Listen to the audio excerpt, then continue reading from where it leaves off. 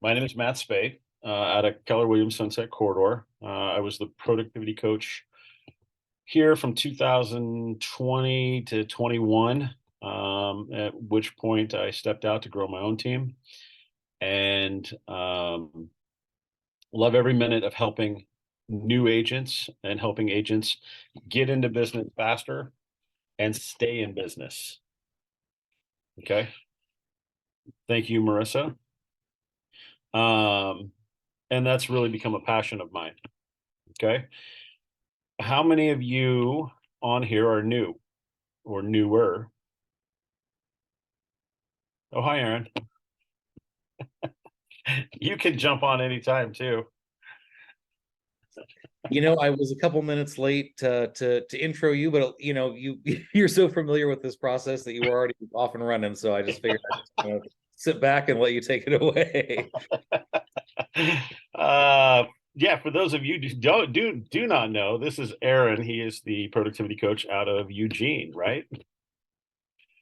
Absolutely. Tell us a little bit about yourself, Aaron. Yeah, productivity coach out of Eugene. I have my own small team there as well. Let's see who's on here today. Yeah, all these guys know me. All Okay. these guys know me. I'll hang out till about 1:15 to get as accurate attendance as I can, and I'll keep my eye on the waiting room for the first 15 minutes here and admit any stragglers that we get. So That sounds good. Absolutely sounds great. You're all here for Win the Seller, one of my favorite classes to teach, just because I think of it differently than most other agents. And I think what I have to share is going to be very vital to maybe turning your business that is mostly buyers into sellers.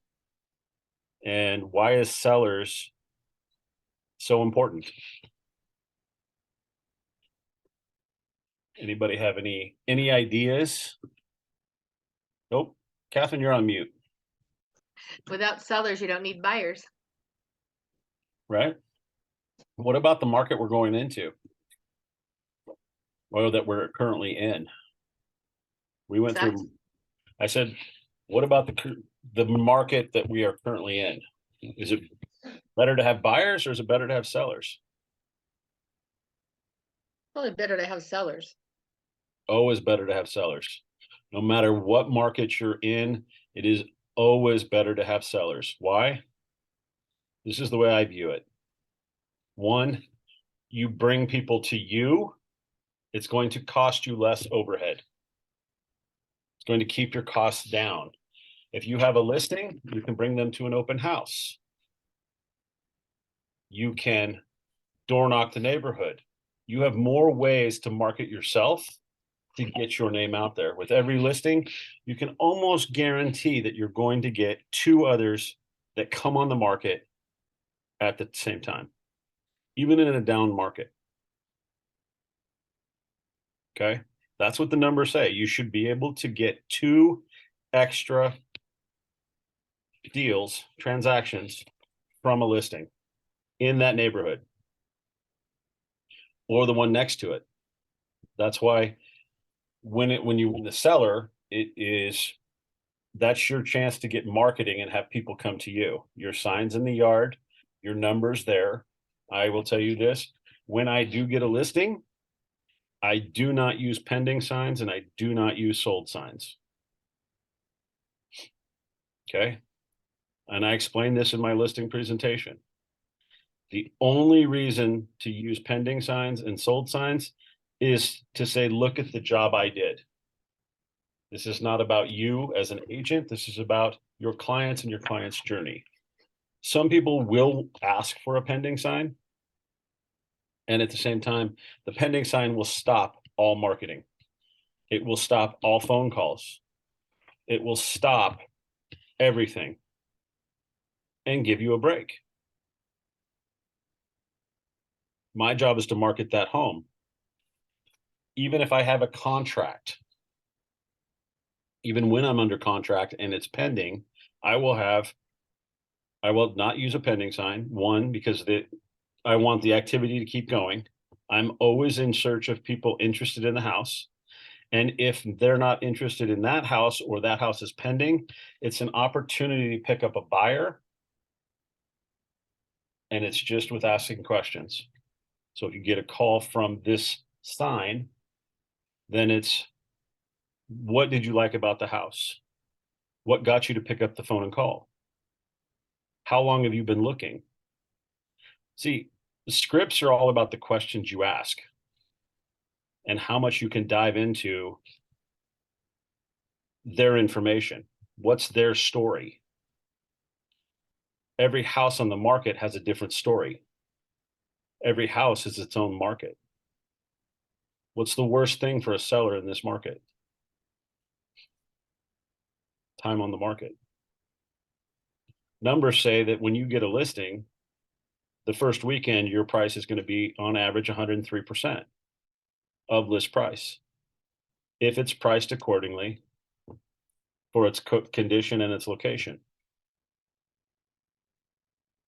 After that, the numbers say the seller will be giving money back. 98.7% the second weekend, 95% the third weekend, and 90% the fourth weekend. All of these are crucial when you go into your listing presentation. If you have a seller who maybe wants 50,000 more than their clients, than it's worth, according to your comps, you have to be able to talk him down. Okay, we're going to cover a little bit. What determines a couple of things you're going to figure out, we're going to figure out today is what determines an A seller? What do you do when you get to that appointment? And how do you handle that appointment? We're going to change your mindset today in 2 hours. Okay, so we've got quite the task.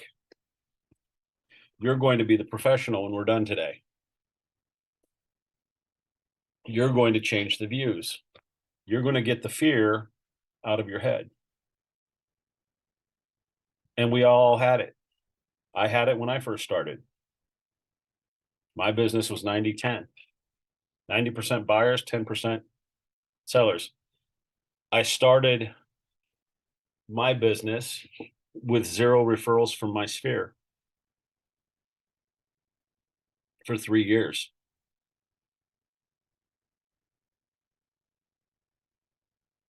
Word of mouth, met clients at open houses, grew my business, did 17 the first year, and not with KW.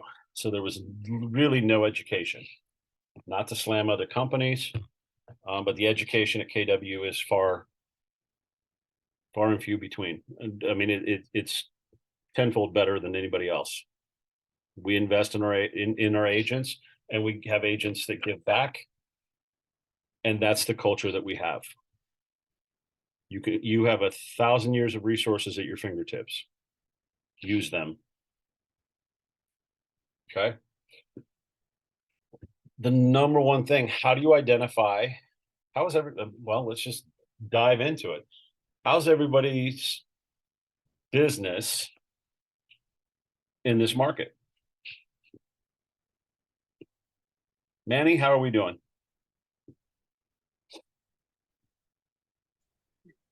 Hey, Hey. How are things going for you? I'm doing good. Okay. What does that look like? I will tell you this, more agents right now have other jobs, have second jobs, and that's okay. My first 5 years in business was a second job. But they gave me the autonomy to be able to do my job and do real estate. Okay. Whatever your situation is, we're going to prep you for what's around the corner in a shifting market. And we are not in a shifting market, we are in a full-blown shift. Okay.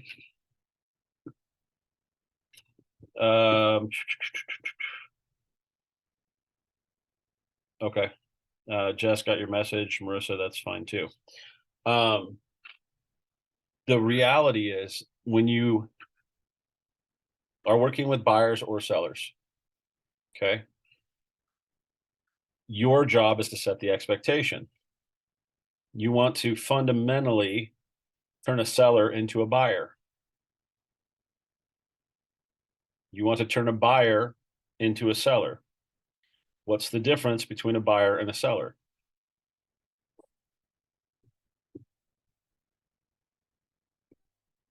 Other than one's going to buy, one wants to sell. It's emotions. The seller has emotion. Most sellers have emotions tied into when they sell their house. That's why their expectations are up here, right? And what does a buyer want to do? A buyer always wants to buy down here, right? How do we explain what the market's doing? We have market objections that happen every single day. What causes market objections? Okay, Manny, I hope you're not driving because that. No, I'm not. Okay, good.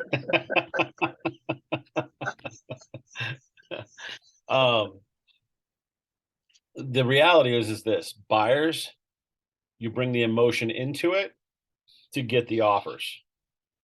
Sellers, you take the emotion out of it and show them what every buyer can see.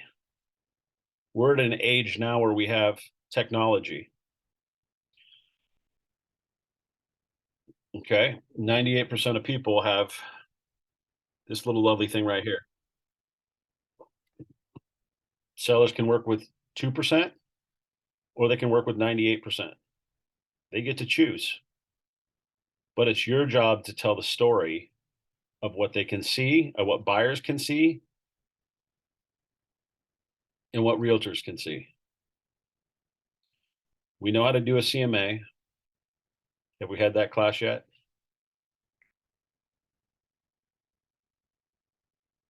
Everybody know how to do a CMA, comparable market analysis, where you take the actives, the pendings, and the solds in the area and present it to your client. Perfect. So you've had it before. I did a practice one on my own, but I don't know if I've done a class. Okay. I just kind of muddled through it. And you know what? Muddling is a great way. If you can't attend the classes, then make sure to practice it. Because the last thing you want to do is to have an appointment that gets scheduled and you're the one there going, how do I do this? How do I do this? I need this done right now. Who can help me? Who can help me? Who can help me? Nobody's available to help me. Right? So take the time when you've got time, right? Everybody's schedule's different. Everybody's story is different. And you're going to hear me refer to stories, right? This is your book. It's your chapter. You get to write it. What does it look like for you? Okay. So comparative market analysis is when an A client calls you and says, hey, I'm thinking about selling my house. What are some questions they're going to ask? Is it a good time to sell? Okay. What's a good time to sell? Is now a good time to sell? What are interest rates right now? Anybody know? 7? Like, yeah, 7.25 or something. Yep. And if you don't know, and that's on average, yes, you're right. It's right around 7, a little bit over 7. Okay. But the difference here is everybody's credit's different. Everybody's situation is different. So if you don't know, the answer to that question is always depends on your credit. But let's put you in touch with a lender to see what they can do for you. Okay. What's your current situation? Why do you want to sell? We got to find out the seller's motivation. Why did you call me today? What is it that you want to accomplish? If you have somebody that bought their house 2 years ago, do they have equity in their house right now?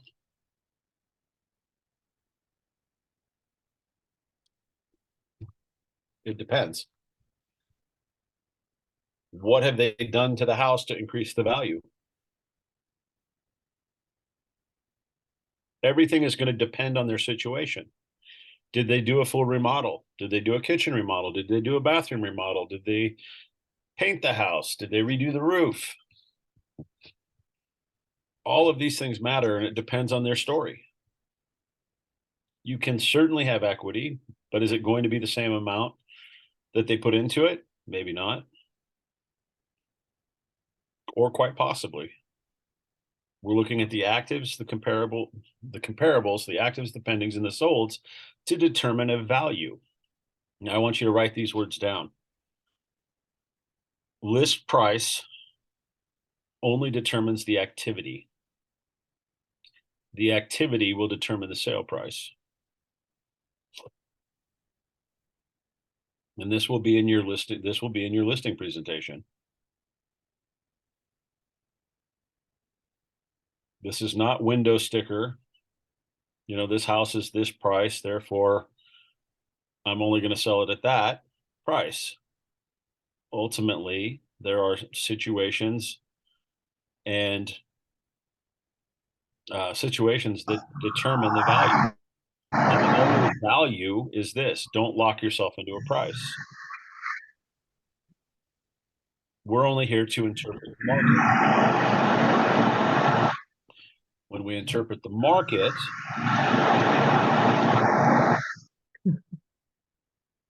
there we go. When we interpret the market, it's going to determine the value. 3 things happen when you put your house on the market. You're going to get a lot of activity. You're going to have little activity. Or you're going to get no activity. The seller gets to decide which one they want.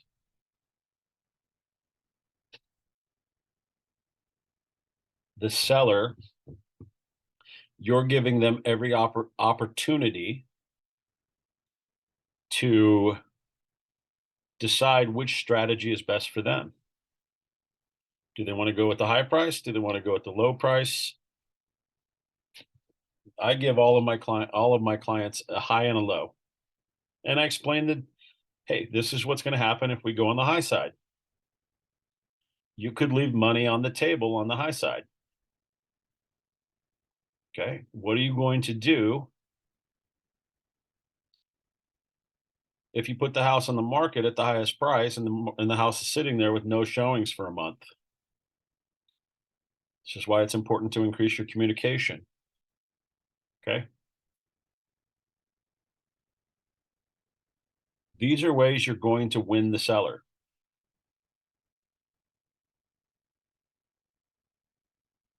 It's not walking into an appointment. See, I've spent the first 3 years of my career walking into an appointment going, well, what do you think your home's worth?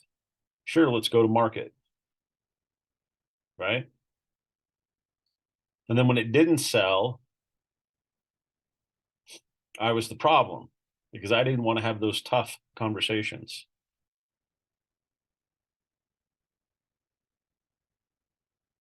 And you have to set yourself apart as the professional from the first moment you walk in the door. How are you dressing? How do you look? That can go a long way. Are you showing up in shorts and flip-flops and a Tommy Bahama shirt?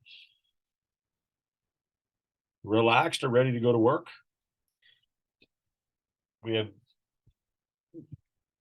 Doesn't matter. Sometimes it's our friends and how we look the part. What is the typical Eugene attire? I would almost go everywhere as kind of business casual. And it depends on what you're going to do. If you're going to walk properties, then you're probably going to do, you know, boots, jeans, nice shirt, a business casual look. You don't want to wear your dress shoes out to go walk 10 acres. right? So it's up to you to know the situation and what you're walking into, right? If you're going in just to meet at the house, suit up. For me, that is the biggest. I had a mentor once tell me, you can always dress down to your clients. You can never dress up to your clients. And I've taken that to heart. Most of the time you'll see me in, I don't know, either jeans, nice shirt, and a suit jacket. That's pretty standard for me. So I have, you know, gone down just because it seems like since the pandemic, it hasn't, it's not as important as it used to be. But I always have a suit jacket in my car ready to go because you can make that with everything. You can dress it up with everything. Don't necessarily tie up anymore. But once again, it depends on the situation. If I'm going to a luxury listing, I'm suiting up. I'm going to be the professional. I'm going to impress them from the first moment I get out of my car. Okay. All of these things make a difference. How do you win the seller?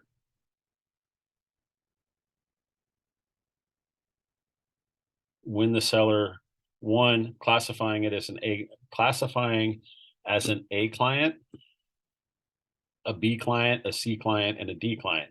When you're going through your database, who are your A clients? Your A clients are the ones who are going to support you. They're going to refer you business as well as do their own business with you.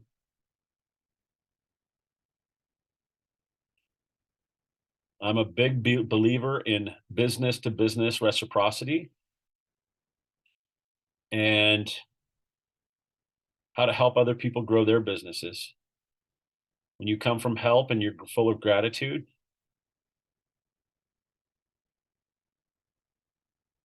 then life gets easier. I appreciate you thinking of me. I'm here to help, right? One, have defined goals. It wasn't until I was taking bold with KW that that I put my listing presentation in place. I was winging it. Winging it's good for a while. But my listing presentation is simply this. You show up early, tour the neighborhood, see if you missed any listings, anything that might be in the area. And by early, I mean 15 minutes. 15 minutes to 30 minutes. Tour the area, and then always arrive early and give yourself extra time. Mr. and Mrs. Seller, thank you for having me. It's 3 o'clock and we have an appointment at 3 o'clock. I appreciate you taking the time to meet with me. Is there a place where we can sit and start discussing your goals? Okay. However that feels comfortable to you, that's great. Always compliment. I've loved what you've done to the front yard. Looks like you've added some bark dust. Looks like the roof's newer. Looks like the house is in pretty good shape. Compliment as many things as you can. Change the way you're starting to look at a home. See, the colors can be changed. The walls can be painted. The flooring can be changed. How does it run with the nuts and bolts? How old is the roof? How old are the windows? Have the windows been replaced? Do you see any steam, how do you call it? Do you see any fog in the windows? Means there's a seal broken. Any cracks in the windows? Any dry rot around the windows? What are you looking for when you look at a house and how you look at a house? That's how you start by winning the seller.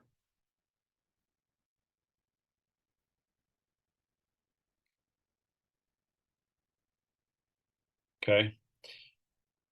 How do you look at the foundation? What are you looking for when you're looking at the foundation? You're looking for cracks. You're looking for the size of cracks. Anything over a quarter of an inch, you want to point out that this may be a problem. How old's the furnace? What kind of plumbing do they have in the house? Is it galvanized? Is it still copper? Is it PVC? Is it CPVC? All of these things make a difference. Is the electrical, is it still knob and tube from the 40s, from the 30s? Has it been updated? How's the electrical panel? Is the electrical panel Federal Pacific? If it's Federal Pacific, you'll learn really quick that they've been recalled. People got money for them, but they didn't replace them. It's your job to point that out when you're walking the house. Okay.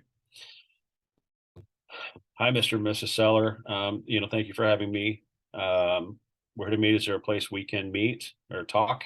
Most people say the dining room table, living room table, couch, wherever they're comfortable.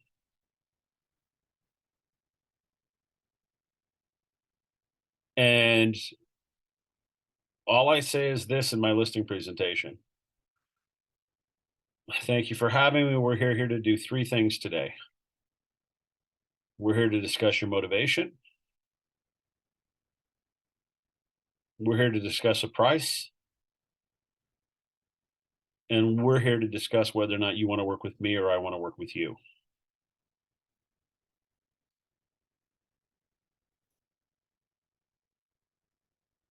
Why wouldn't you want to work with them?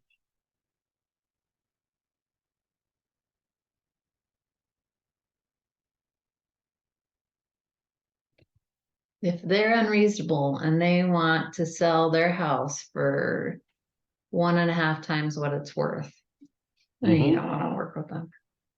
Then you don't want to work with them.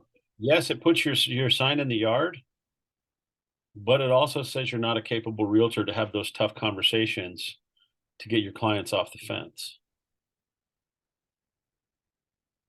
Okay. To get them to a realistic expectation. And the reality is this, is it's your money, it's your business, and they're asking you to put your money and your budget behind something that you know is not going to sell at that price. You're not here to list a house, you're here to sell a house. Price is going to determine that. Price, location, condition. Okay. I've gotten many listings from sellers who had unrealistic expectations. And the reality is it changes your mindset. If you walk out of there and don't get the price you want, you're not going to work as hard. Been there, done that. It changes your perception. It changes your value. It's like, well, it's not going to sell at that. So what am I going to do?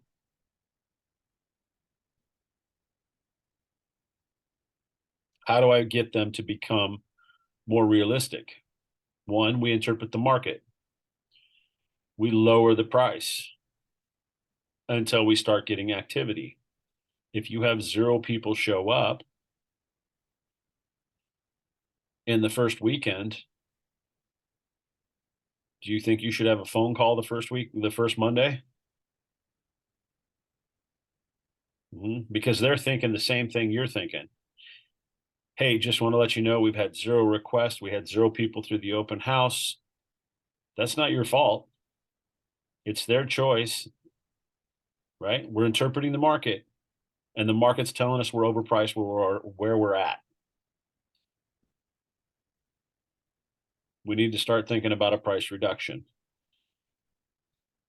So we're not going to sell your house until we get activity. The market is changing. We are at historic lows of buyers applying for loans. The overall application process is the lowest it's been in 28 years. It's important to know these stats when you walk into your seller's presentation. Okay. The numbers indicate this. Most agents go live with their listings on Thursday. And then they have Friday to walk the neighborhood, invite people to their open house. And then on Saturday and Sunday, they have open houses to bring as many people in as they can. Now, it used to be in 2020, 21, and half of 22, you'd get 40 to 50 people through an open house. Right? That's what was tied to 2 and 3% interest rates. Okay. Knowing these stats, the first weekend, 103%. Second weekend, you're on average going to get 98.7%. Third weekend, statistics say that you're going to get 95%. Fourth weekend is 90% of list price. Time on your market is not your friend. It's not your seller's friend. It is your enemy as the seller. Okay. Explaining this in your listing presentation is going to make all the difference in the world. You're setting the expectations. The other thing I do for every listing, and buyers do it too, they Google the address. Think about how your buyers look for properties. Buyers look for properties on their phone. They set in their criteria, whatever app they're using, Zillow, Realtor, KW, whatever app they decide to use is the one they're going to trust. Zillow is used 4 times as much as any other app because they've made it so user-friendly. Everybody know what a Zestimate is?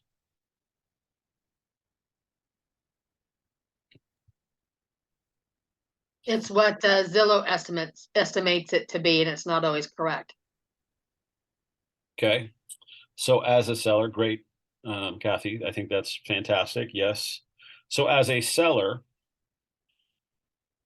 if you want to sell your house, say at 750, but then you've done your due diligence as an agent, and your Zestimate is 720, your Redfin estimate is 15, and your Realtor.com estimate is all 725, and you want to sell for 750, what is buyer's perception?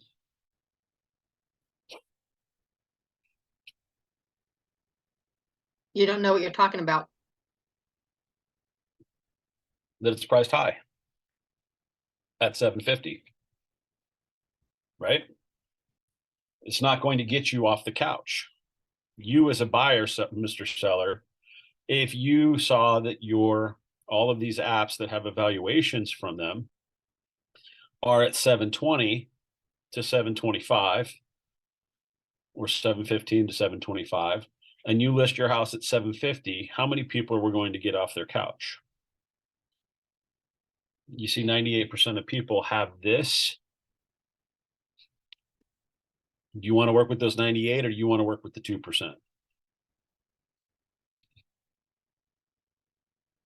Keep in mind, list price is only going to determine the activity, not the sale price. Okay. Another thing I always do in my listing presentation is tell them to claim their house. If you've got time as an owner, they can claim their house on Zillow. Put in all the schematics and make sure it's right. Write a little blurb about what you love about the house. Why? Because it'll change the algorithms. You may get a higher price. Okay, when you walk into a house and Zillow has it as a 3-bedroom, 3-bath, and you're walking through it going, well, wait a minute, this is a 5-bedroom, 2.5 bath. Why do you check Zillow? You can go into a listing appointment and see that they've had their house on the market as a FSBO for 8 days. That they're trying to sell it themselves. But fundamentally, if you go try to sell a house at 750 and the Zestimate's at 720, the perception is that you're overpriced. Whether it's right or wrong, it doesn't matter. They're not in the house. That's your number one objection as a seller. They will say, well, Zillow's not in my house. And neither will anybody else until we can perceive a good deal. Show them what buyers can see. That's just not what realtors can see. We have our own tool bag. We have our own tools. Whether it's wrong, right or wrong, it doesn't matter. I spent 2021 when Zillow was buying up houses from their Zestimates. I told half a dozen clients to call Zillow and sell their house. Because there's no way the open market would compete with the Zestimate because it was so high. This isn't my journey, it's their journey. If Zillow's going to give them the most money, do the ethical thing. Does it put money in my pocket? If I'm telling them to call Zillow and sell it through Zillow, does it put money in my pocket? No. Not now, but it will later. That's exactly right. Clients for life, based on doing the right thing, doing what's in their best interest, giving them all the information they need so they can make the best decision for them and their families. That's it. 100%, that's it. To win the seller, you have to put them in the mind of a buyer. Okay. Listing appointment. We're there to determine price. We're going to show them our CMA. We're going to show them what the Zestimates say. We're going to show them what Redfin says. We're going to show them what Realtor.com says. We're going to walk through it with different eyes. We're going to look at it through eyes of the inspector, through the eyes of a buyer, and we're going to have those tough conversations. When you get somebody who's been listed before and you see what they had it listed for and the listing expired or canceled or whatever, by the way, if you're going to call expireds and FSBOs, which I would suggest everybody here does, you want to, one, make sure they're not on the do not call list, but you also want to make sure that the history of the house, how long was it on the market, maybe call the previous agent, ask questions. Everything is about the questions that you ask. Find out as much as you can, and then pick up the phone and call the owner. How fast can you build a relationship with the seller? They're already going to be, most of them are hesitant. They don't want to meet with you, but you've managed to get them to meet with you. This is what we tell ourselves, by the way. They don't want to see you. They don't want the information. You are an educator. As a realtor, you are an educator. You give them the information they need so they can make the best decision for them and their family. The reality is you're going to get people who are standoffish. Be nice. Treat them with kindness. Ask them more questions. How do you fight objections? What are the objections that you can have from sellers right now? See, we know 72% of people who bought during the pandemic don't like their houses. But we also know that they're in a seller stuck mentality, which is my interest rate's at 2 and 3%. I'm not moving. Why would I buy something at 7%? Time to change the conversation. If they bring that up, your conversation, have you thought about building wealth? See, if they bought in 2020 and 21, chances are they've got some equity built up. Chances are they've got such a low payment that they can charge more for rent than they're going to pay in their mortgage. So then you talk about, have you thought about, let's put it this way, becoming a landlord? Let's get you to something you love. And the true way to wealth is by building your portfolio. There are tax codes and cheat codes to move every 2 years. You get a tax break, you get a write-off. As a single, it's $250,000.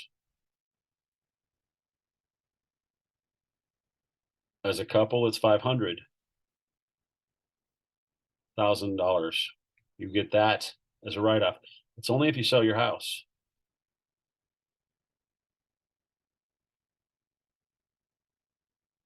It leads to the question of, well, the market's going to crash. Who believes the market's going to crash?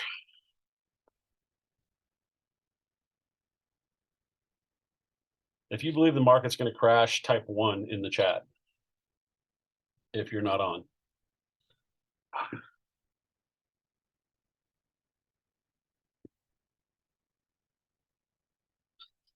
Two is it's not going to crash. We go back and forth on this one. I love it. Everybody goes back to the most recent crash that we had, 2008, 2013. Through 2013. The reality is that nobody has a crystal ball, but it's fun to talk about. Interest rates this high has leveled off the market.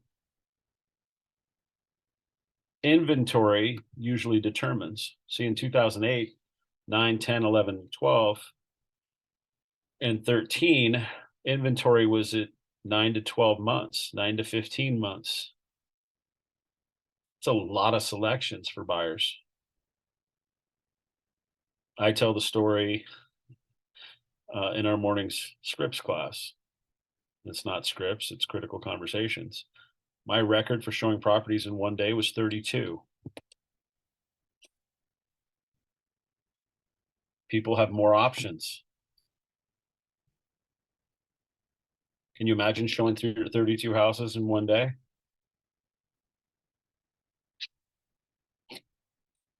As more of a selection, as there's more competition, you have to put your seller's heads into the mind of a buyer. What makes your house better? What have you done to your home to increase the value? What kind of upgrades have you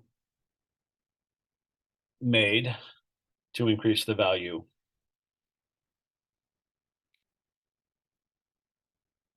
One question I ask in every listing presentation. What is it that got you to buy this house when you saw it? What stuck out? Personalize it. Tie it to their emotions. See, they're emotional about the house.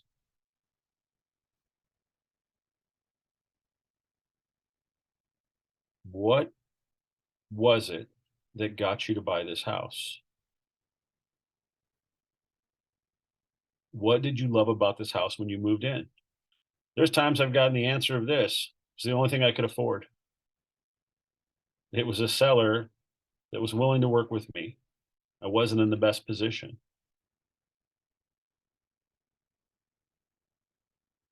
Great. I love that for you. And what did that mean to you to finally get your first house? Tie into their emotions.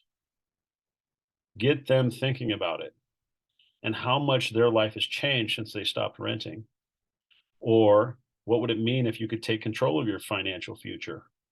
That you don't have to worry about your landlords raising your rents 14.6% or 9.9% or 9.2%. Find ways to have these conversations with your sellers and buyers to overcome the fear that they have going on in our market today. People are uncertain. Even us as realtors are uncertain.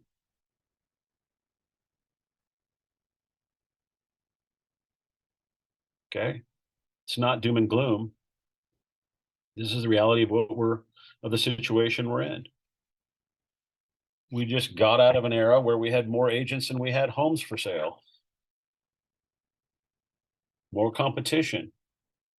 What are you going to do on a daily basis to stand out against the competition?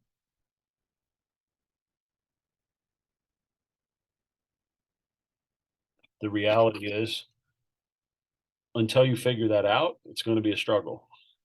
Why should somebody work with you? Why did you get into real estate?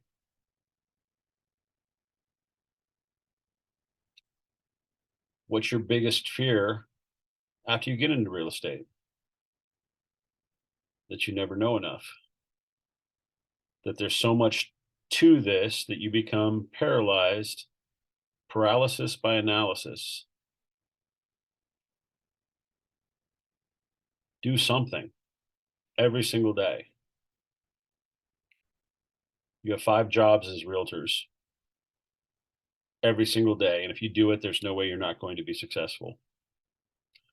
I'm breaking off from working with the sellers, right? You're all newer to this and all want to grow your business and become financially secure and have the flexibility to do things with your family. And this is the reason we get into real estate.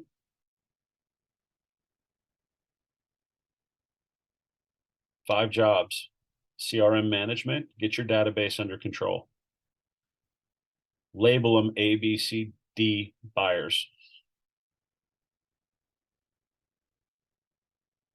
A's are the ones that are willing to work with you in the next 14 days. B's are the ones that maybe they're 3 months to a year down the road. C's maybe they're just people who are going to refer you.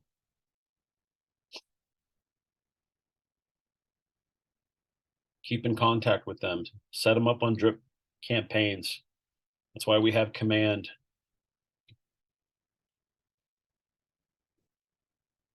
CRM management, customer relations management. If you've got phone numbers, if you've got email addresses, if you've got physical address, if you've got one of the 4, if you've got their name, phone number, email address, or address, you can get the rest of it. It's the same thing that grocery stores do. It's the same thing that Kohl's does. It's the same thing that, put your phone number in to receive credits for gas, right? Everybody does it. It's a way of life. What kind of values are you going to provide to your community?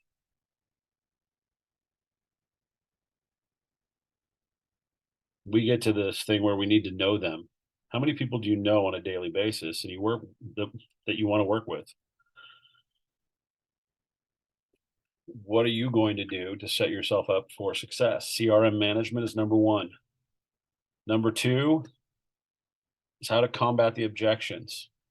Role play. Scripts, ask more questions. There are no scripts. I don't want to get sued. There are no scripts. The scripts are the questions that you ask. How do you handle a seller that says, I want top dollar, or I bought 2 years ago let's just say at 475, and I want to list my house at 535. How do you talk them down? Show them what every buyer can see. I can see exactly where Zillow gets their estimates from the time they bought it to what it is for sale now. I know exactly what they do. You can see everything that's there, everything that it's compared with, every house that it's using as a comparable, whether it's right or wrong, it doesn't matter. It's just perception. Use technology to your advantage. Okay, let's go back to the listing presentation. Do you take a listing at 535 if the overall value is at 485? Here's a fun one. Do solar panels add value to the home?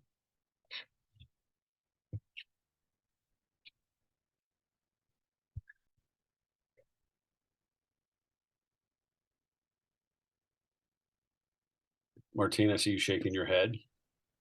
I would say no, because there's a lot of programs where you get them on, but then you like pay them off. So you're actually, when you sell your home, you're giving this other loan, or you've got this other debt that you're giving with your house. So now these people are getting solar panels, but they also have this, ginormous chunk of money that they owe that they won't pay off with their electricity bill being gone.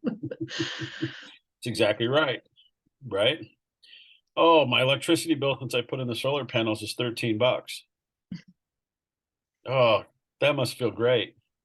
How much are you paying for the equipment on the house? Oh, that's 125. So your electricity bill is 138 bucks a month. Right? On average, homes with solar panels sell for 5% less. Or they have to pay off, the current sellers have to pay off the solar panels. If they're owned, that's one thing. If they're leased, if they're made on a payment, that's an entirely different thing. Okay. Every situation is different, and it's up to you to know how to combat that. It's up to you to ask the right questions. How long have you had the solar panels? Are they leased? How much longer do you owe? What's that payment? Can they be transferred? Call the company for your client. Winning the seller every situation when you walk into the house is completely different. Are they transferable? Can you transfer the solar panels to a different house? Every situation is going to depend on what are you walking into. But how do you walk into an appointment without the fear to say, I don't know enough about that? Ask more questions. Why do you want to sell your home today? What's important about selling now? Everybody who has their house on the market right now is in a position where they probably have to sell.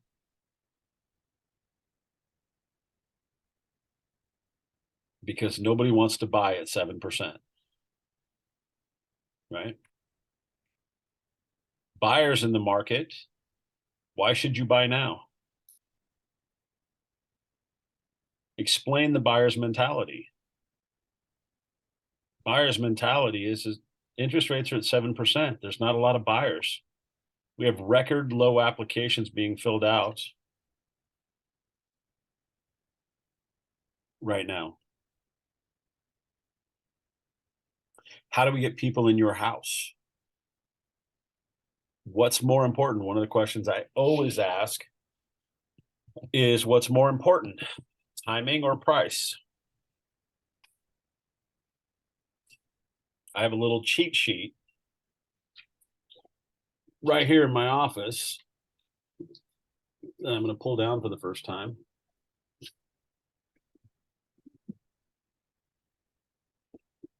Always stay in curiosity.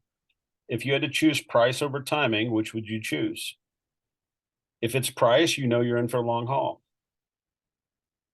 What's at stake if we don't sell at that price?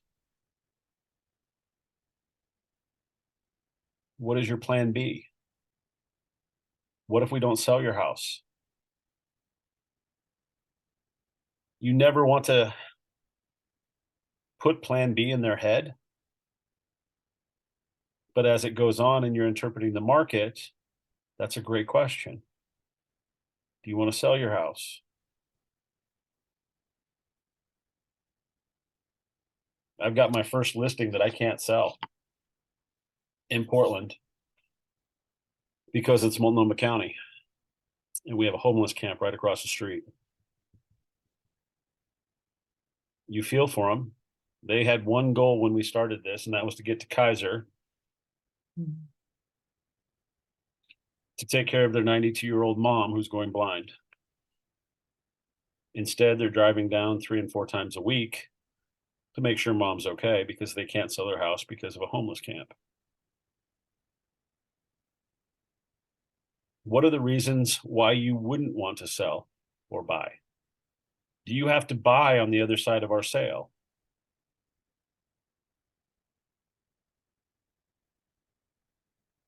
What are the factors that we need to consider? Do we need to sell our house to use the down payment to buy the next house? If that's the case, and they need to sell their house to put money down for a down payment, what do you do first? Do you find them a house or do you put their house on the market?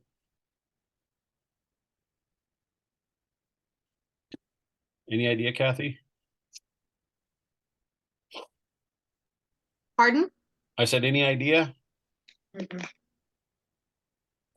Is that after pre-approval? Let's just say they're taking the equity out. So you're sitting across from your sellers. And you say, where do you want to go after we sell your house? Where do you want to go after we sell your house? Always put in their head that you're going to be the agent. Jordan wants a farm for her dogs. Right? So she's going to need a fully fenced property. Okay.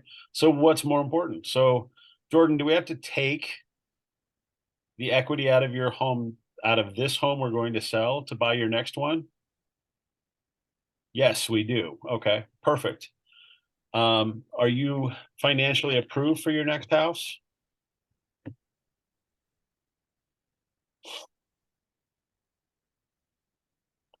Let's just say yes. Okay, perfect. So we're going to take the money from the down payment of this house. See, we're going to play detective. We're going to play detective to figure out what they want to do, right? So we need the money from this house to buy the next house. Okay. And I'll even give a scenario that you're going to come up on this. We've already identified a property that we like on the other side. Great. Tell me about that property. What's the address? Type it into your real estate websites, do research. Okay. Then you're going at the buyer. Yes, it's in Scappoose. Amazing. I love that. How long has it been on the market?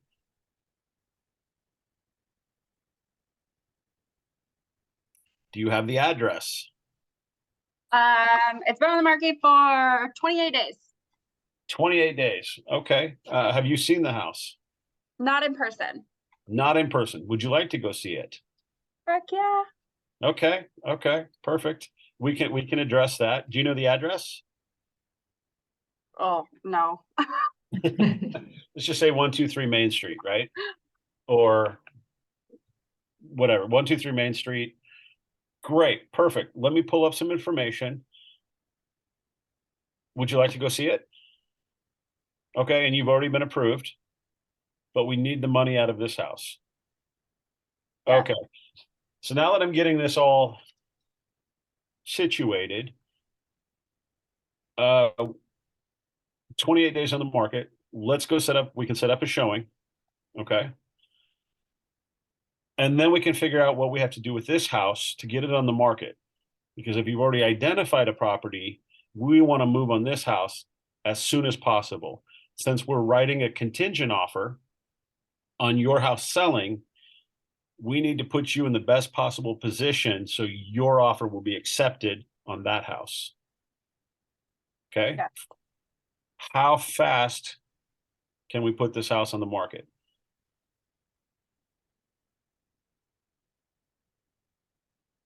Oh, man. I mean, See, every day that house is on the market, that sits on the market for 28 days, there's an opportunity for somebody to can come in and buy it out from under you, and you're going to lose that motivation. how Your quickly am buyer I doesn't- wanting to sell my house? Yeah. How fast can we sell your house? How fast do you want till we can put your house on the market?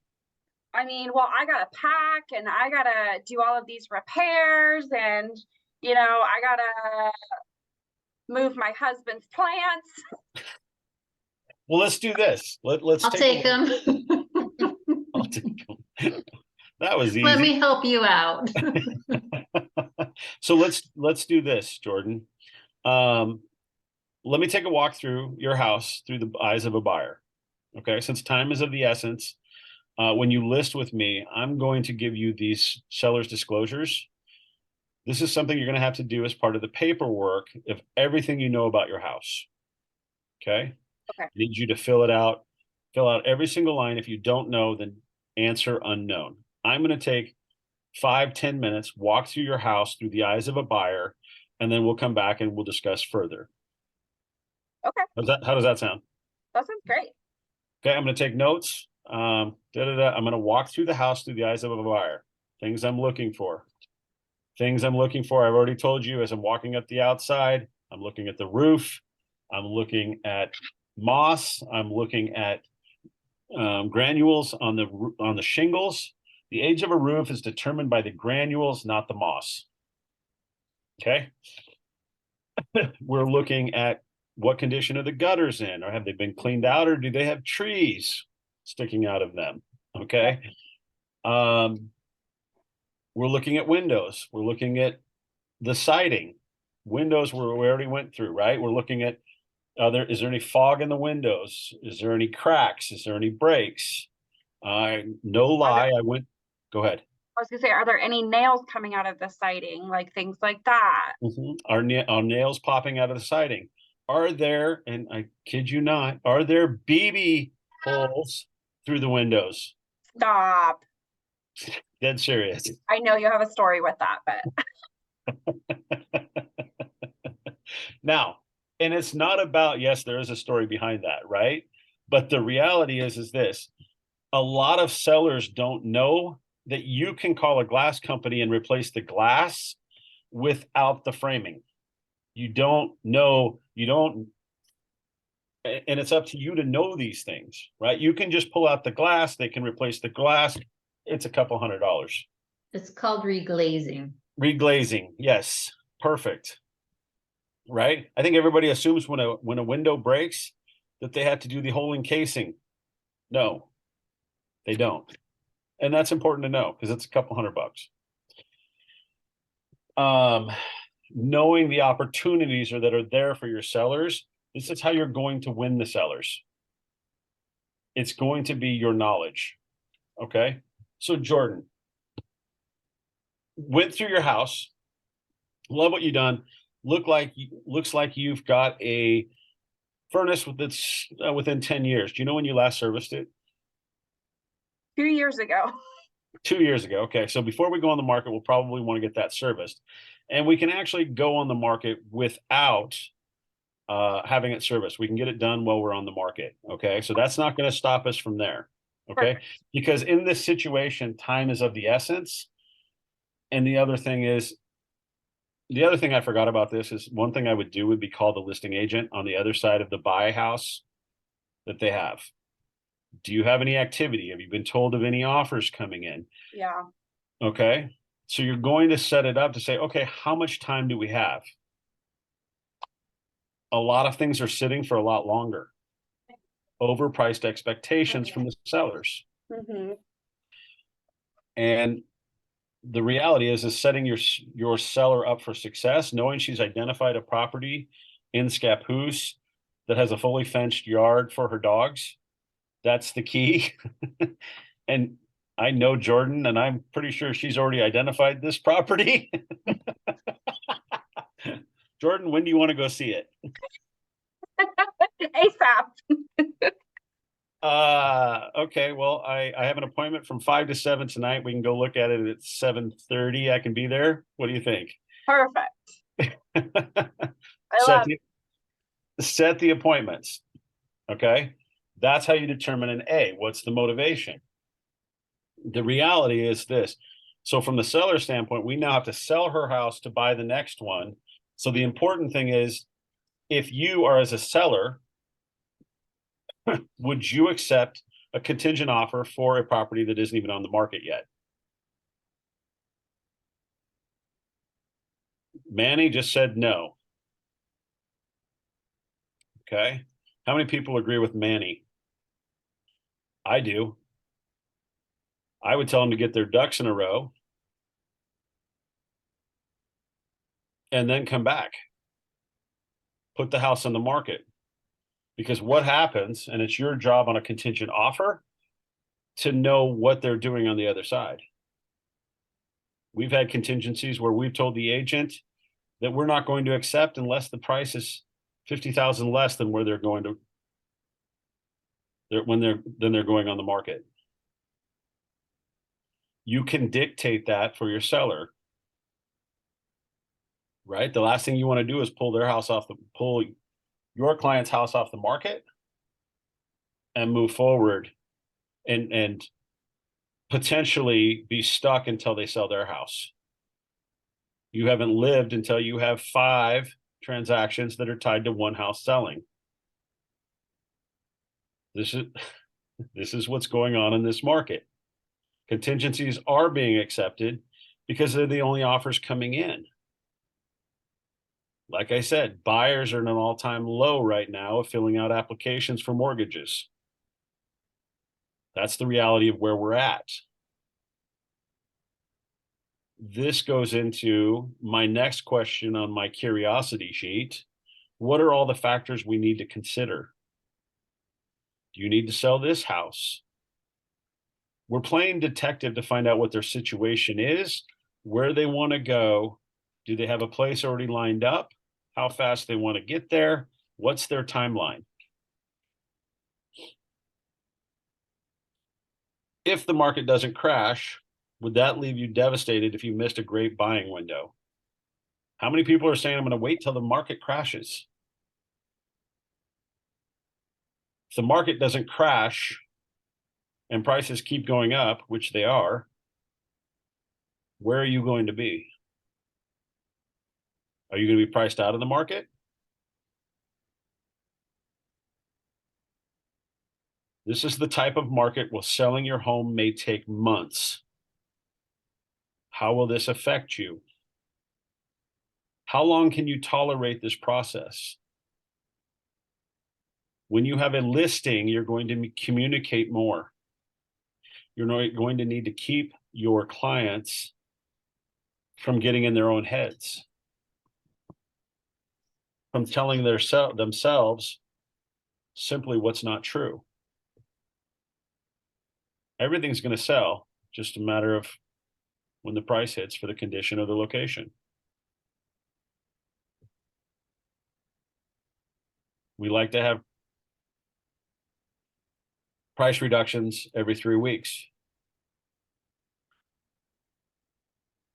to show motivation. If we have, and that depends on the activity, we have what we call view counts. You have in a listing, in your listing guide, in your view counts, you have opportunities to share with your clients. One, how many people have viewed it? How many real estate agents have shared it? How many people have looked at it on Zillow? How many people have looked at it on Realtor.com or Redfin.com? And you can set up with their email something to go out to them on a weekly basis, every Friday, every Monday, however you want to do it, set it up, however you want to set it up, that will keep them informed. And then when you see it, it usually sends it at like 3 a.m. Right? So when they wake up, they can see it. And then you go into your lead generation, your transaction follow-up, and you call them and say, hey, just want to make sure you got our updated numbers for how many people have looked at it. Coincide with that, how many showings you have that we've had, and what to expect next. All of these things are about keeping a listing. Okay. And the reality is this: communication is going to be key. Communication with as a buyer's agent, with your listing agent, it's going to be the key to getting your offers accepted. Listing agent to seller is going to get it to where you can keep your listings before they fire you. Okay, we now communicate with all of our listings Monday and Fridays, going into the weekend and going out of the weekend. Here's what we see. Here's what's going on. Where is that information coming from? That information comes from, you can go to Zillow. You can go to view counts on your listing load in the RMLS. If you see me in the office, come find me, I will show you. Okay. On listing load in the RMLS. Are you in Eugene? Nope. Are you in Eugene? No. Wait, Yeah, I'm in Sunset Corridor. Oh, you are? Yeah. Okay. Okay. So if you see, you're in Sunset, right? Yeah. So if you see me in the office, I'm in the back corner, or shoot me a text that you're here and I will sit down and show you how to do it. Okay. Thank you. It is actually one of the most useful tools to keeping your clients up to date on what's going on. How many people have viewed it? How many people have saved it? How many people have sent it off to their clients? You can do reverse prospecting on the RMLS. All of these things are going to be about keeping and putting into your listing presentation. This is what we do that sets us apart from everybody else.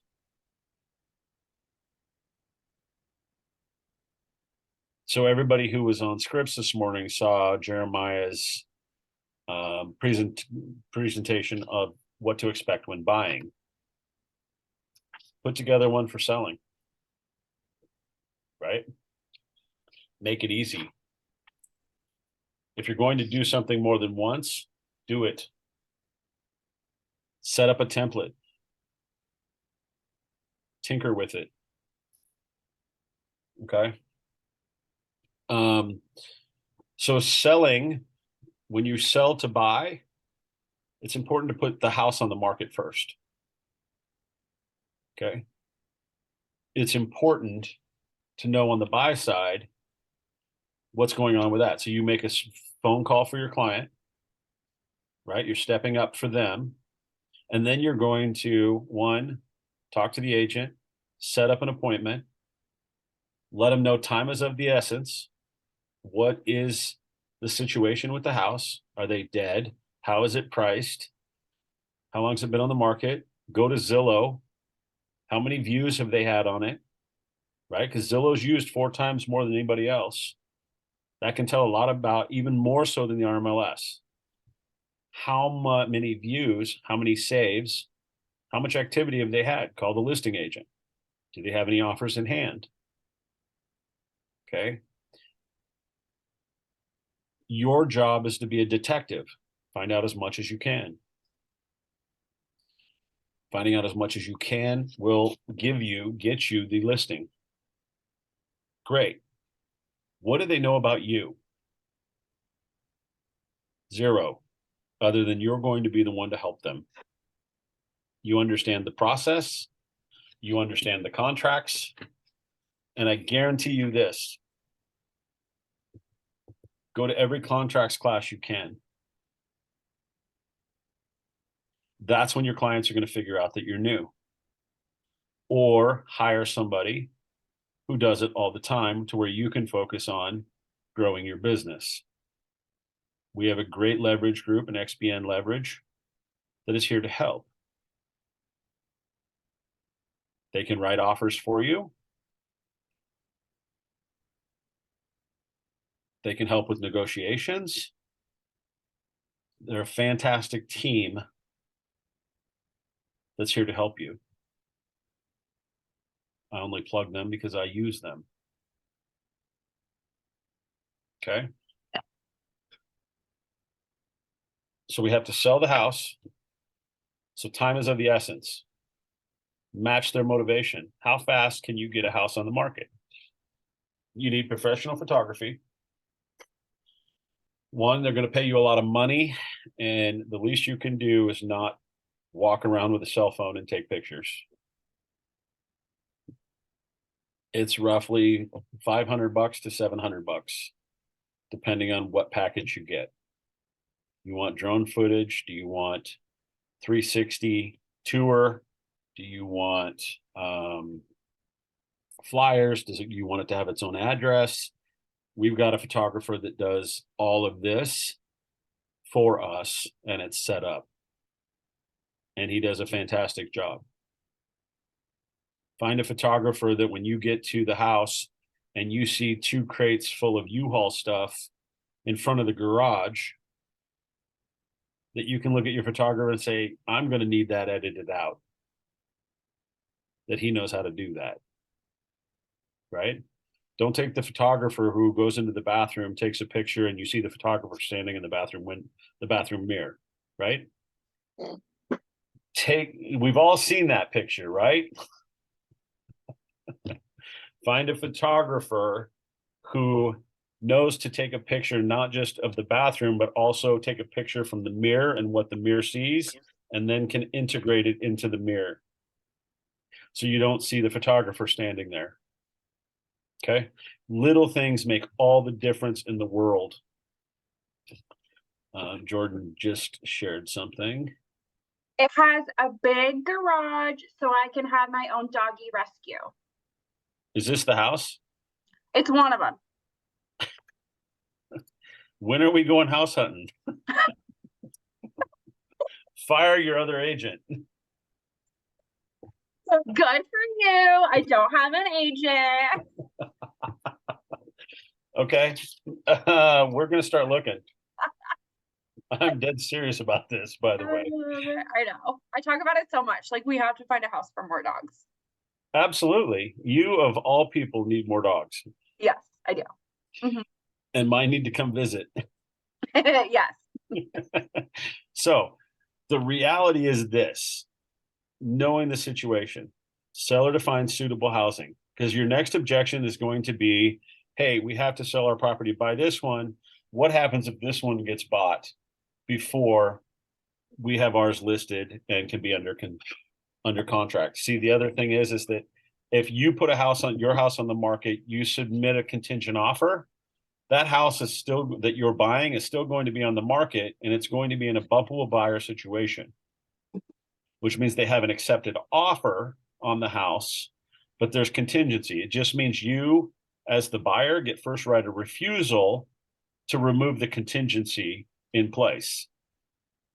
Okay, that's what bumpable buyer means. So if you put in an offer, there's a lot to this, but this is the number one situation because people take their equity out of their home. The other thing you can talk about is a bridge loan. Maybe we just buy it outright without selling the house, and then you pay it off once you sell the house if you have enough equity. Okay.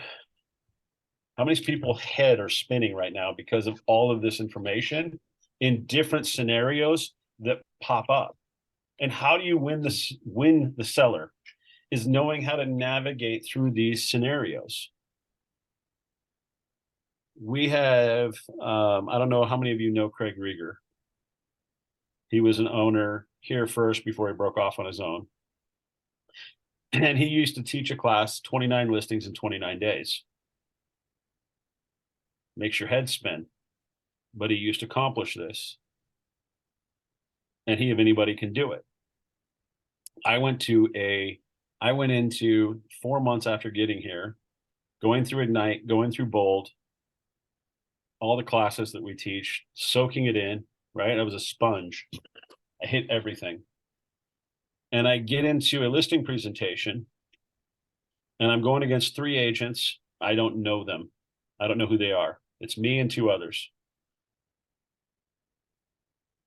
It's a referral from a friend. And I walk into I walk in to the appointment. Hi, Mr. and Mrs. Seller. It's 2 o'clock. Thank you for having me. Where can we sit? We sit down. They have a grandkid who's in the house who's sick.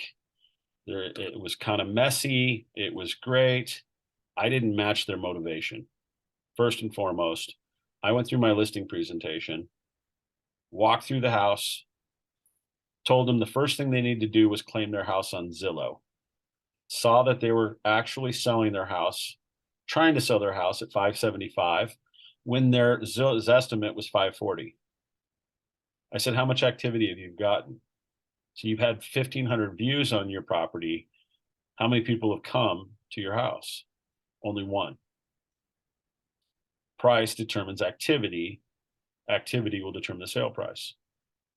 So the first thing I told them is they had to claim their house, because as I was walking through it, I noticed it was a 3-bedroom, that Zillow had it as a 3-bedroom, 3-bath, and it was 5 bedrooms, 2.5 bath. So we need you to get in there and claim it, so the algorithms will catch up and see what we can do after that. But we don't have the time to wait, because their motivation was to buy the single level house that was in the same development as their grandkids. So they asked me how long it would take me to get their house on the market. I told them 48 hours.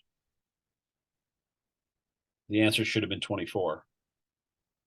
Build relationships with your contractors that you can call in favors, that you can get something done in a matter of time when necessary. Or you figure out, hey, I'm going to just take a few pictures until my photographer can get here, but we're going to have it on in less than 24 hours. Fundamentally, when I left my appointment, I told them they should list at 550 versus 575. Why? According to our TMOs, which everybody should know, total market overviews, they come to your email every Monday, Tuesday, depending if it's a holiday week.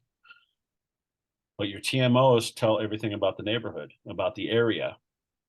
112 listings in the last 6 months, 49 have sold. 44.9% pending ratio, 19 have expired. Know your TMOs. Average starting price is 572, doesn't sell till it gets to 552. Where would you list? Where do you list? Craig said 560. I said 550, which freaked him out, but it was followed up with a list price only determines the activity. The activity will determine the sale price. The other reason I said 550 is fundamentally, I know buyers look in $25,000 increments. And list price is to determine more activity. List price is putting more eyes on it. At 550, everybody who's looking from 525 to 550 will be looking at it. Everybody from 550 to 575 will be looking at it. If you've got people who are looking at a $50,000 price range, they'll be looking at 500 to 550, 550 to 600. So you are putting more eyes on it, which is your goal as a listing agent. This is all a lot. What I didn't know is after I left this appointment, the sellers were so freaked out by the 550 price and what Zillow had said that Zillow had them at 540, that they had to claim their house. They asked Craig one question.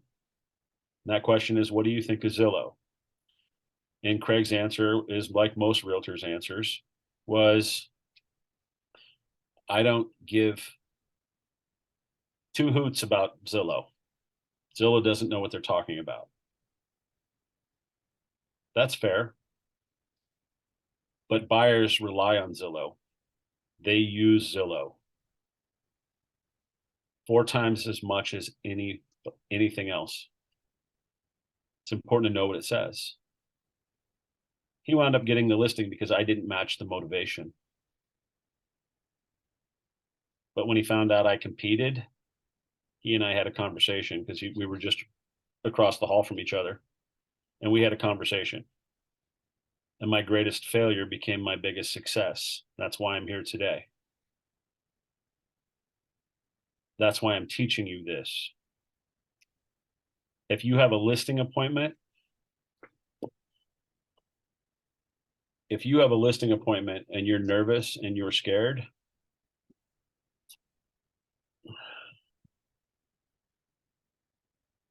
I'm going to put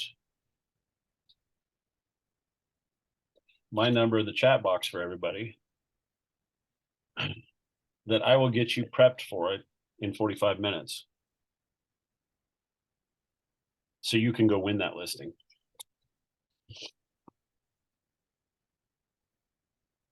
That I will show you what to look for and prep you for it. We will role play, and I will teach you the questions to ask. Self-promotion here. I am on Scripps, what we used to call Scripps, every morning from 8:15 to 9 o'clock. Sometimes it's 9:15, sometimes it's 9:30. And Martine, what has Scripps meant to you?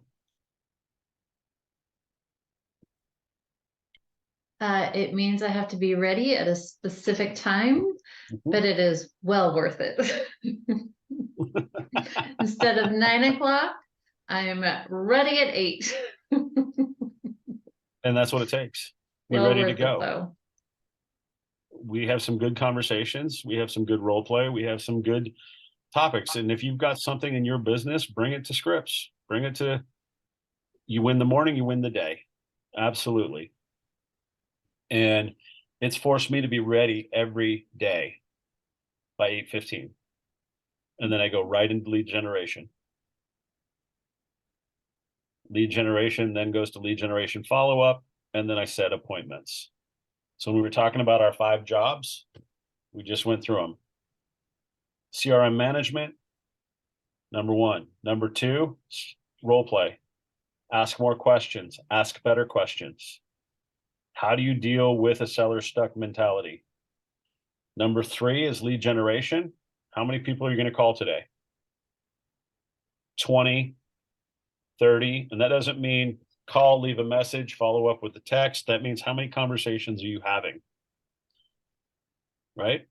Call as many as you, block it out, put it in your time, let your calendar be your guide. And then follow up. Any leads you might get, then you follow up and make sure they're getting the information in a timely manner. The last part of that is set appointments. Go to your listing presentation, go to your buyer's consultation. Now, I will tell you this, something just scared you.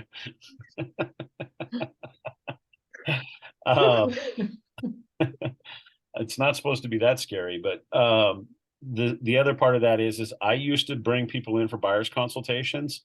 I no longer do that. I will meet them at the house for an appointment. If somebody wants to see this house, I will meet them there, and I will have my buyer's consultation on the fly.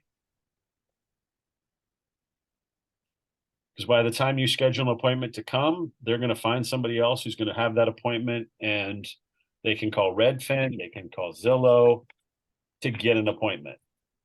So know how other brokerages work. They go to the appointment, and then they have the buyer's consultation. Do the appointment at the location.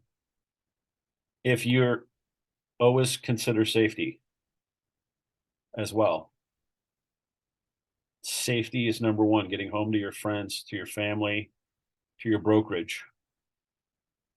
Getting home safely makes all the difference in the world. Let somebody know where you're going. Whether it's a listing, whether it is a buyer's appointment, Agent Orange. Ask for the orange folder.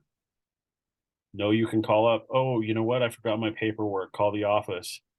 Hey, I've got a situation.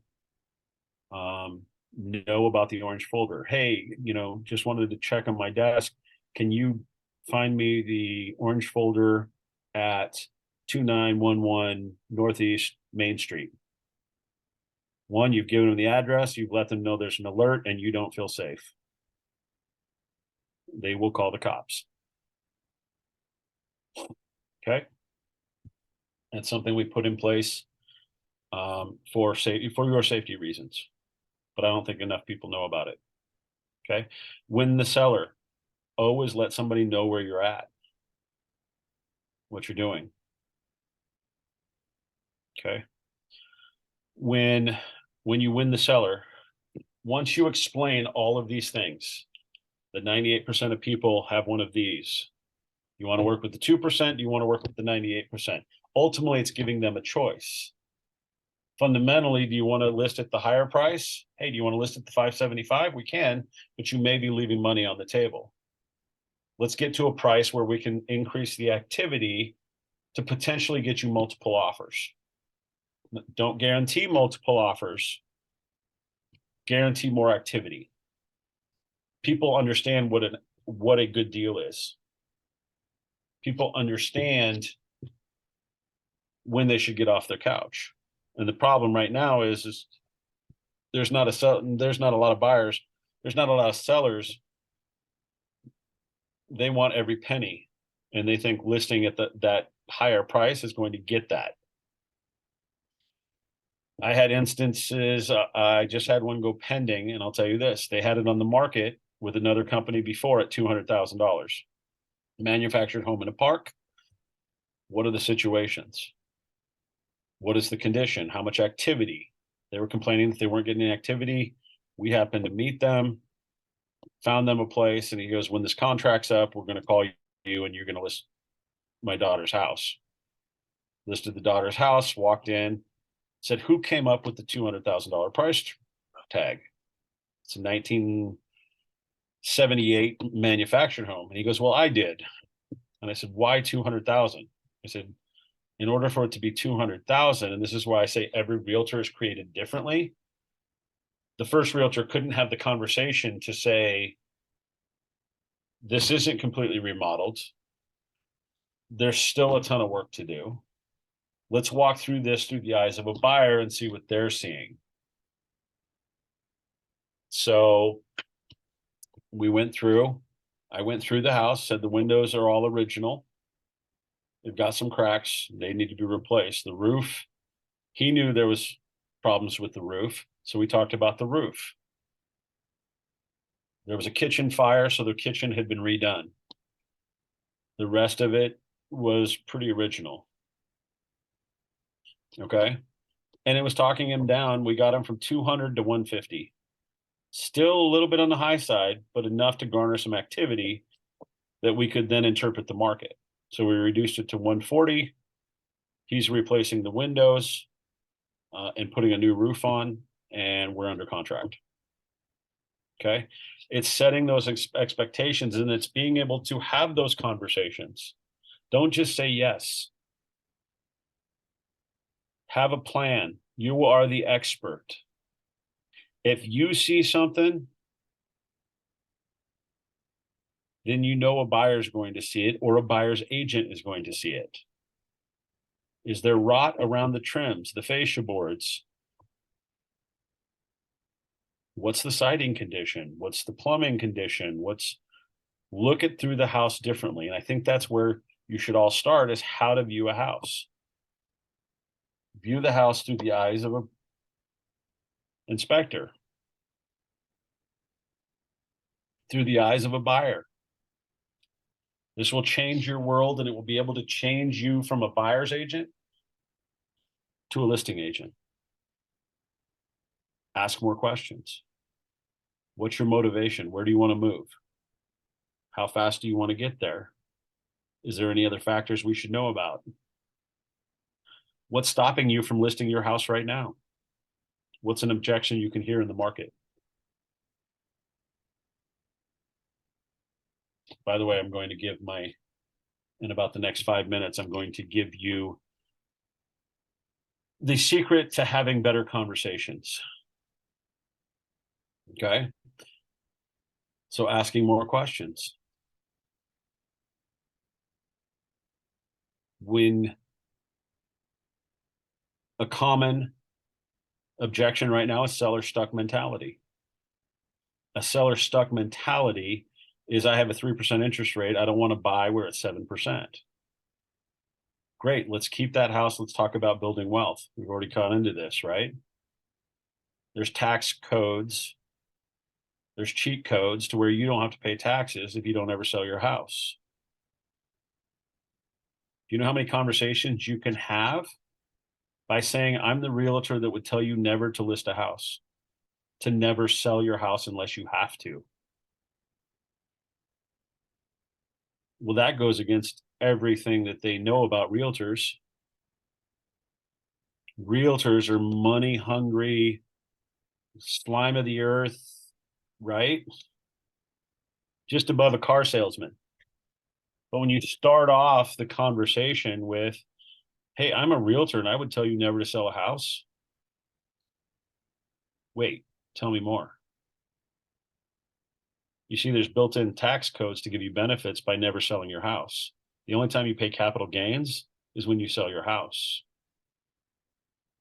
The only time you pay taxes on it is when you sell your house. There's tax codes that give you benefits to build your portfolio. Buy a house every 2 years. Use the next house as your primary, put 3% down, rent out your other house, have a contract. It can't be with a relative, but have it under lease. It turns it from a liability to an asset in the eyes of a lender. Maybe you're putting $500-600 in your pocket. See, as bad as our housing market is and our buying market is, the rental market is 10 times worse. We need rentals. Put it in the hands of a property management company who's going to charge 8 to 10%, depending on what they charge. Open up an LLC. Start building your wealth. Right? Take the equity out. You don't have a down payment for the other one, for the new one. Take the equity out of your old one if you've been there 3 to 5 years. Let's become their trusted real estate resource. This isn't about buying and selling houses. This is about how to gain business. When somebody says, hey, and knows you're in real estate, which, by the way, everybody, one, I want you guys to friend request me on Facebook. Okay. Facebook, Instagram, follow me, whatever. I'm not huge on social media, but I do watch what other people do. And I love the ones that take what we suggest and run with it. Okay. Thanks, Jordan. And I think that the biggest thing is this. Don't be the secret agent. We have an entire channel dedicated to HGTV and people showing houses. Walk through a house, videotape it, put it on your Facebook feed, put it on your Instagram feed, put it on your TikTok feed, put it on your Snapchat feed, whatever you have. Let people know that you are not the secret agent, that you are not Jordan. I think the other part of this also is this. When somebody finds out you're in real estate, what's their first question? What What's the market like? Ooh, good one. And what do you answer? There's no Hmm. wrong answer, by the way. I don't know. What's that? I don't know. This is where it comes into play. to Ask more It questions. depends. Oh, go ahead, Manny. It depends. Are you buying, selling, or renting? Are you Investing. buying, selling, investing, or renting? They're all very different. Which one appeals to you? And then you've got to know, right? A little bit about the buying market. You have to know a little bit about the selling market, and you have to know a little bit about the investing market. So, Manny, a follow-up question. I'm looking to buy. Is now a good time to buy?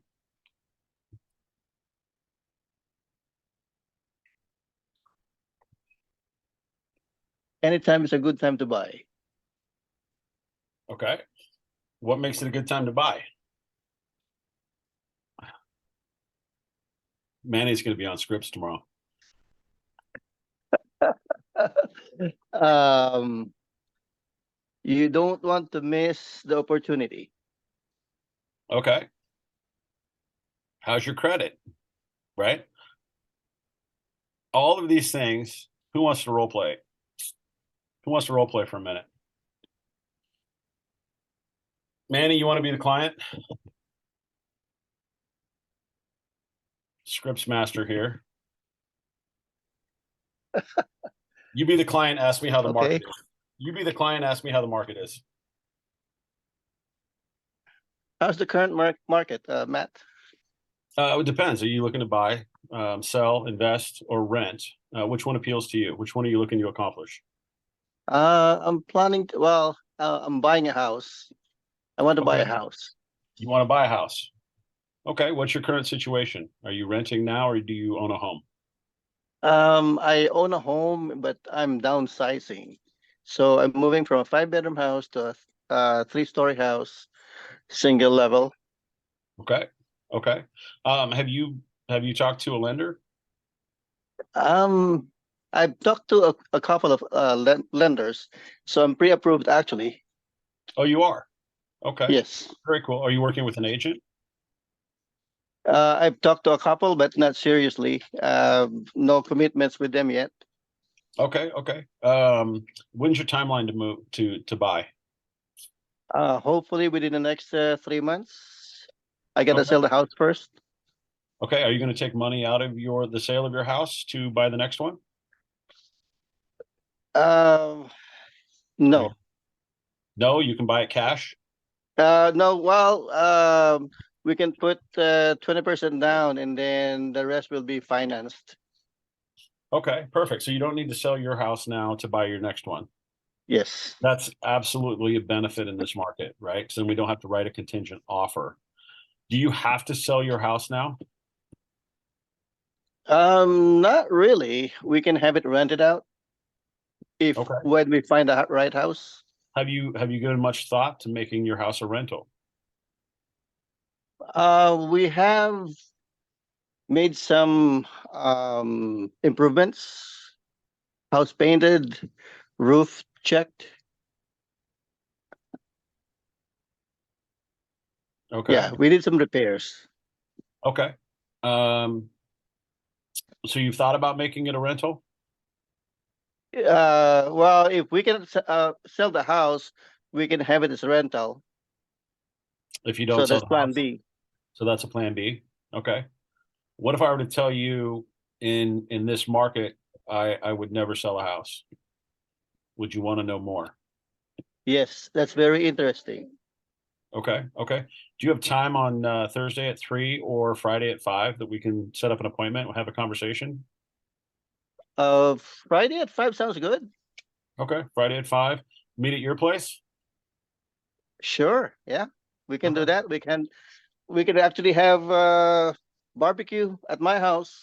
Chat a little bit I love food. afterwards. I absolutely love food. So we're good. Right?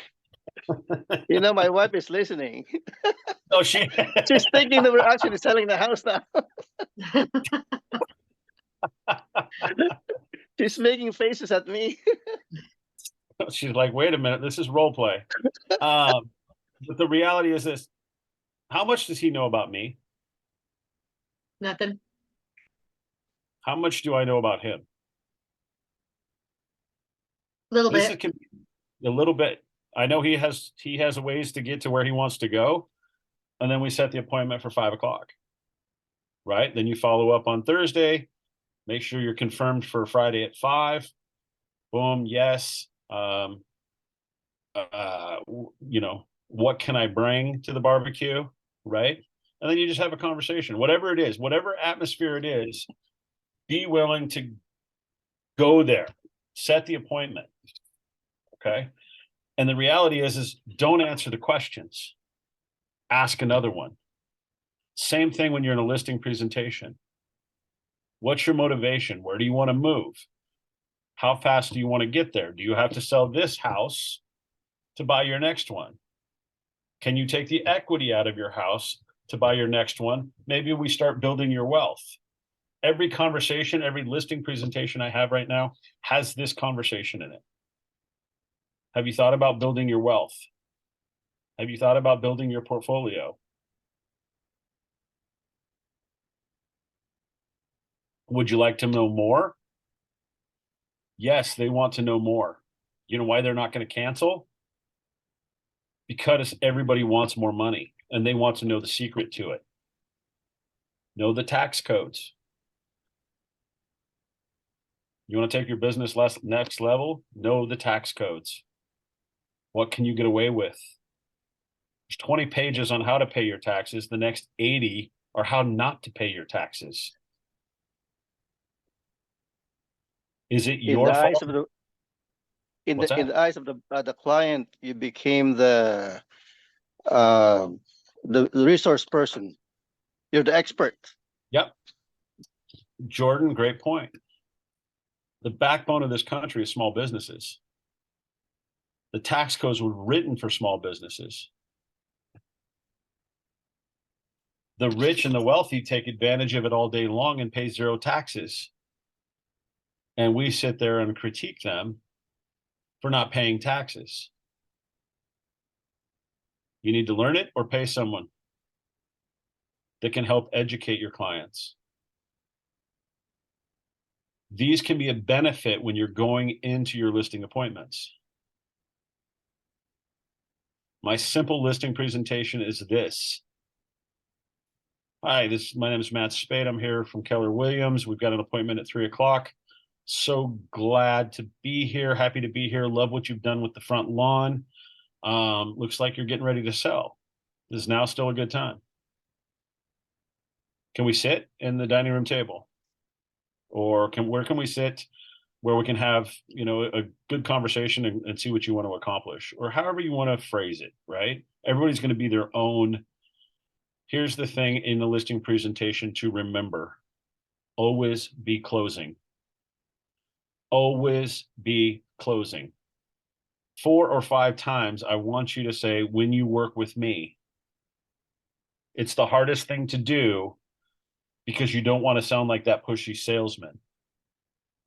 One of the things I said with Jordan was, here, as I walk through the house, here's a list of these sellers' disclosures that it's part of the paperwork you're going to have to fill out when you work with me, when you list with me. Okay. We've already set the expectations. Boom, let's sit at the dining room table. Great. Nice to meet you. Tell me a little bit about what's going on and why I'm here today. Okay, perfect. You want to buy this house in Scappoose.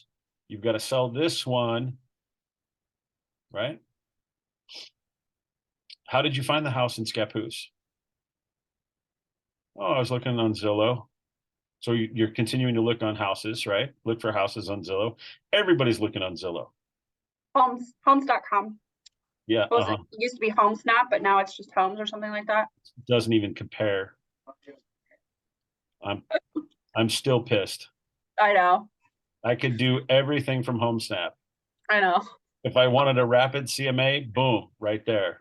If I wanted cell speed, if I wanted neighborhood information, it was all right there.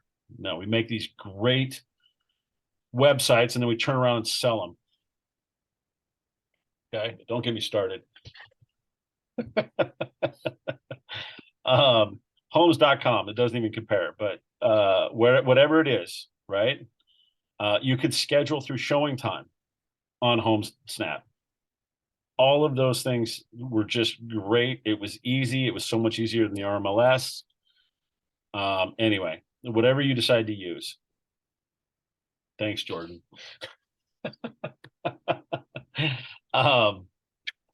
But on the seller thing, right? We need to buy to sell, or we need to sell to buy. Great. So we're going to focus on listing your house as soon as possible, so we can make your offer stronger for the sellers on the other side. How does that sound? Okay, sounds fantastic. Okay, I've got my photographer. He can be out here tomorrow morning. Let's spend tonight. We want to declutter. We want to vacuum. We want to clean the house. Take anything, no more than 3 things on a shelf at a time. And we can get this ready. Is it okay if I call in some people that might be able to give us a hand? Who are your people? As a solo agent, who's your people? 1, your family, right? 2, maybe it's your escrow officer, maybe it's your lender. These are all part of your family. Hey, I've got a listing that's coming your way. They need to buy on the other side. I'm going to send them to you. Any way you can come help me get this house prepared. Time is of the essence. Maybe you can have them fill out the application while you're there. Things like this happen all the time. Be flexible. Match their motivation.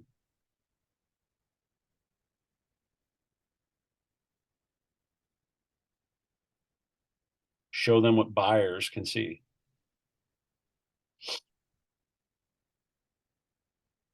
Is everybody now thoroughly confused on how to win a listing? There is a lot to it, but the simple part of it is this. 1, you've got my phone number.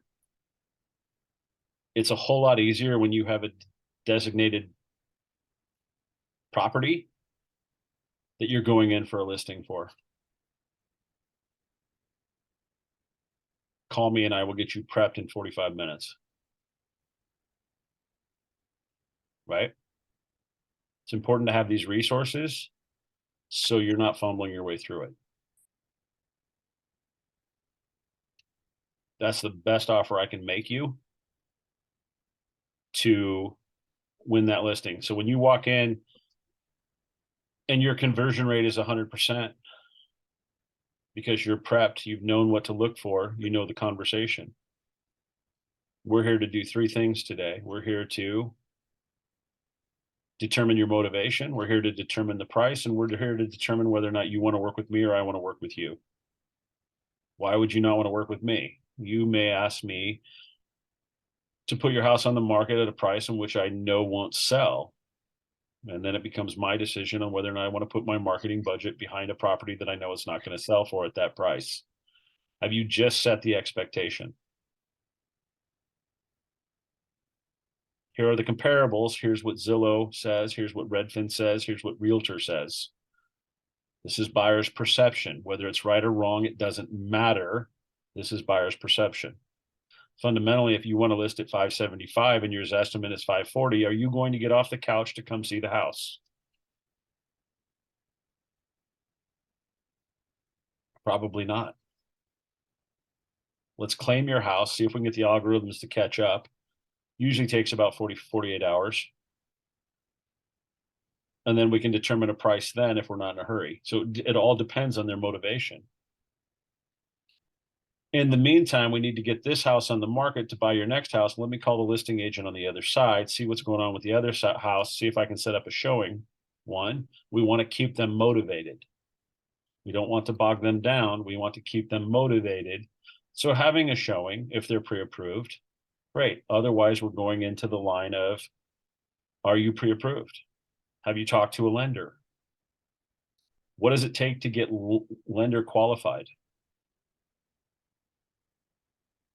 W-2s, pay stubs, 2 years of taxes, and bank statements.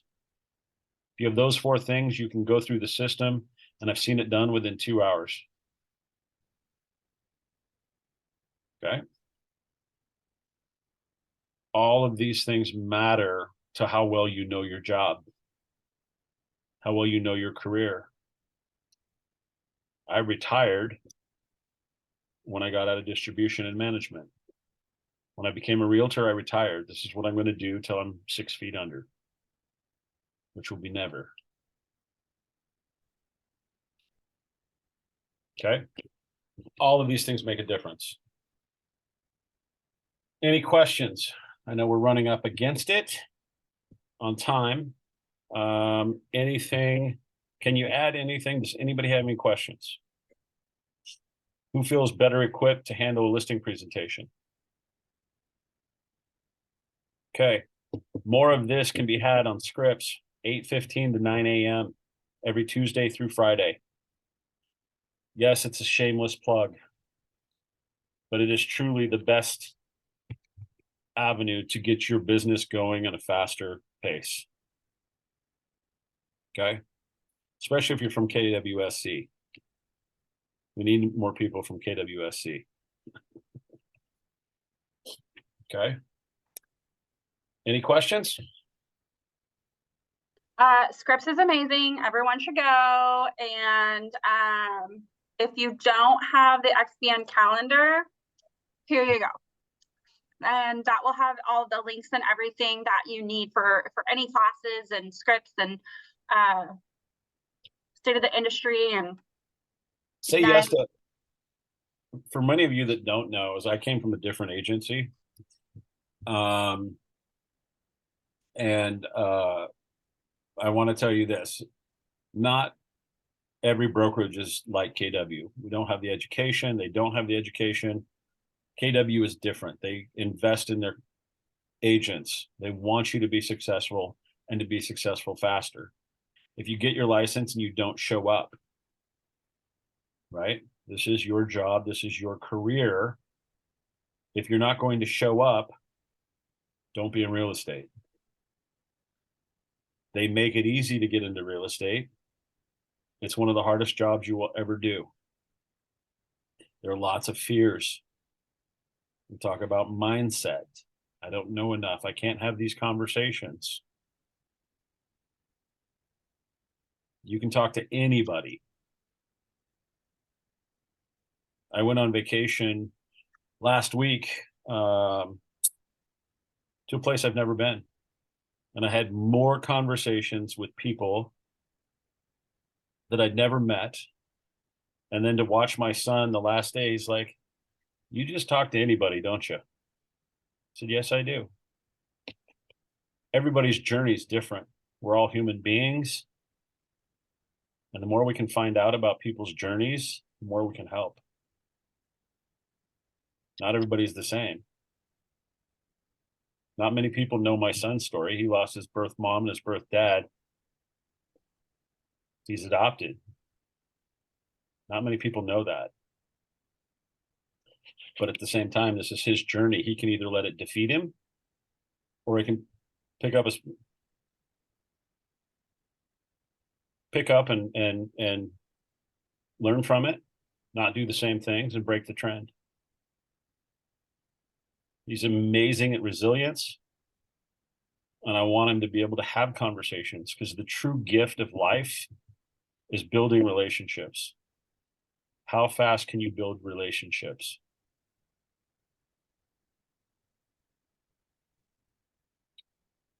Okay. How fast can you show that you care about somebody else? If somebody blows you off for an appointment, check on them. It's not about the appointment. It's not about the business. check on them.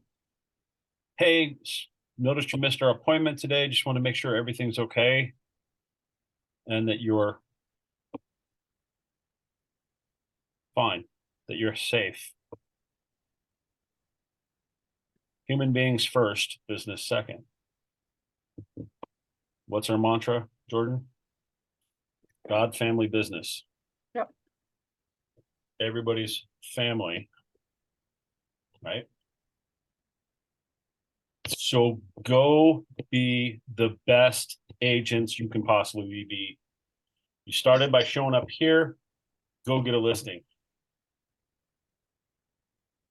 Talk to your family, talk to your friends. Ask them how's the market. Have them ask you how's the market. Role play, build on it. It doesn't have to be just here. It's have these I'll never forget the first class I ever went to. They had us role play, and I called a buddy of mine who I could tell anything to, and he's like, "Why do you sound like you're reading it?" And I was like, "Because I am." Got it verbatim right here on the paper. He's like, "Make it more natural." And so I put the piece of paper away and I just went with it. How do you build your business? Ask for the business. Don't let your clients go at this alone. Okay. Everybody go have a good day. Be good human beings and talk to as many people as you can. I'll see you tomorrow morning, 8:15 to 9 a.m. for scripts. And it's not scripts, it's ask Thank more. you. Ask more Thanks, Matt. questions. Got any questions afterwards? you. I know it's a tough scenario when you're in class. If you've got any questions, feel free to call me. Okay, Thanks. Bye, bye. guys. Bye. Manny, great to see you. You too, Matt. Thanks, right. bye. Bye.